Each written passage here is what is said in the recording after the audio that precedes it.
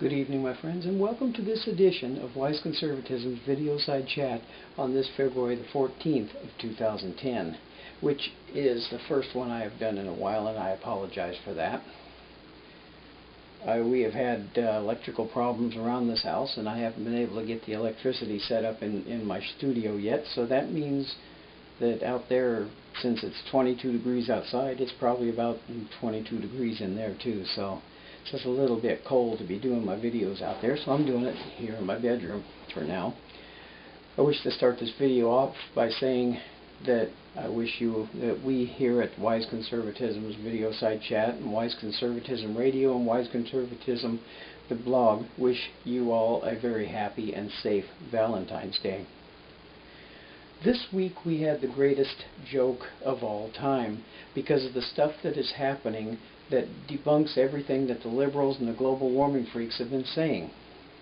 Washington, D.C. has been at a standstill, and Friday was the fourth day in a row that the federal government had been shut down.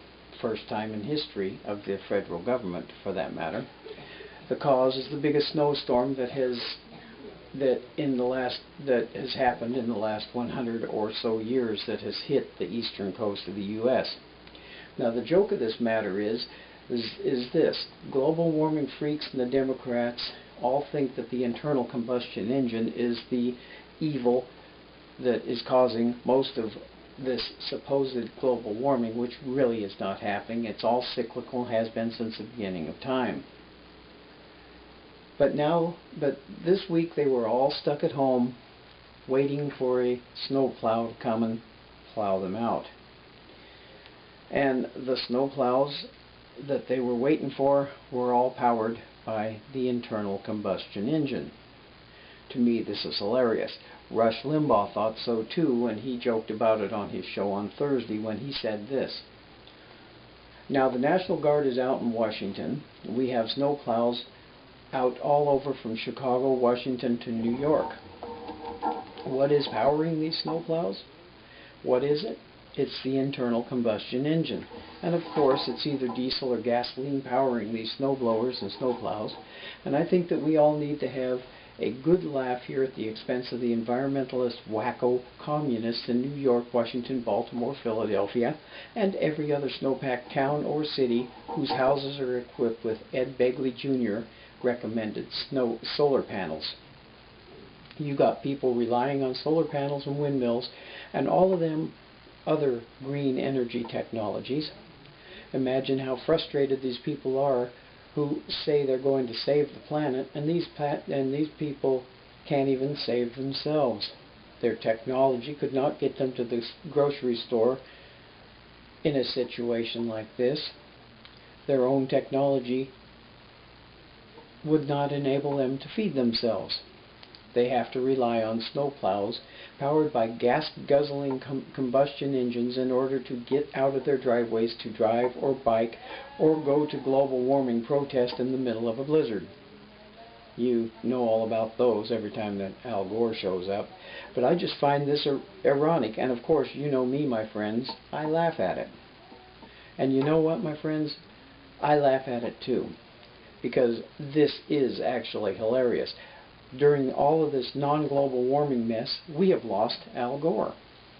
He is missing in action, or should I say missing in inaction, because he has no actions at all, just conjectures that are totally wrong and completely off the wall when it comes to this so-called global warming of his.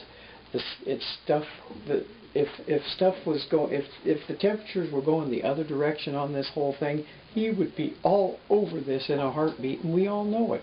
But right now he's missing in action.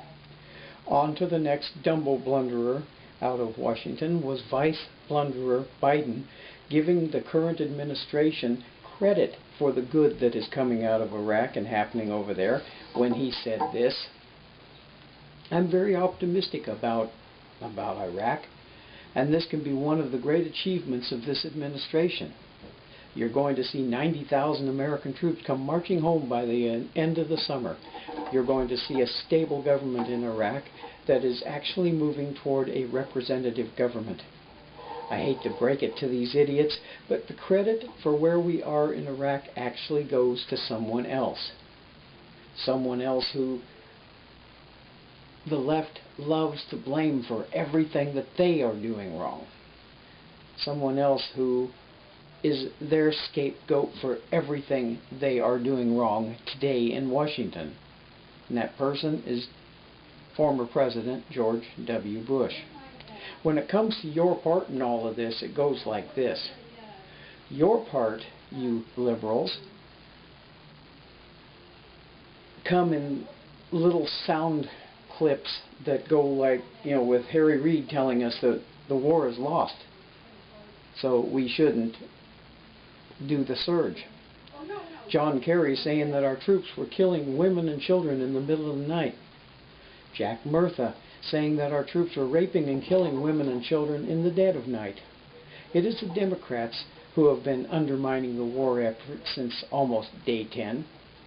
Days 1 through 9, they were actually behind the war effort because of 9/11. But now they have changed their tune, and the war is not a good war unless we are losing it. And 9/11, that's something else that they blame on Bush now, or they just say it was an inside job altogether. Now, after more than a year of that rhetoric from the Democrats, Biden is now taking credit for everything that Bush did. And I think that because of what he is doing, I think I'll go into his corner now and heave. This is Robert the Infidel Guarding with this latest edition of Wise Conservatism's Videoside Chat for this February the 14th of 2010.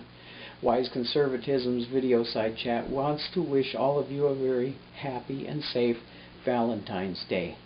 God bless you all. Have a safe and fantastic week until the next video. God bless America, God bless her troops and her allies.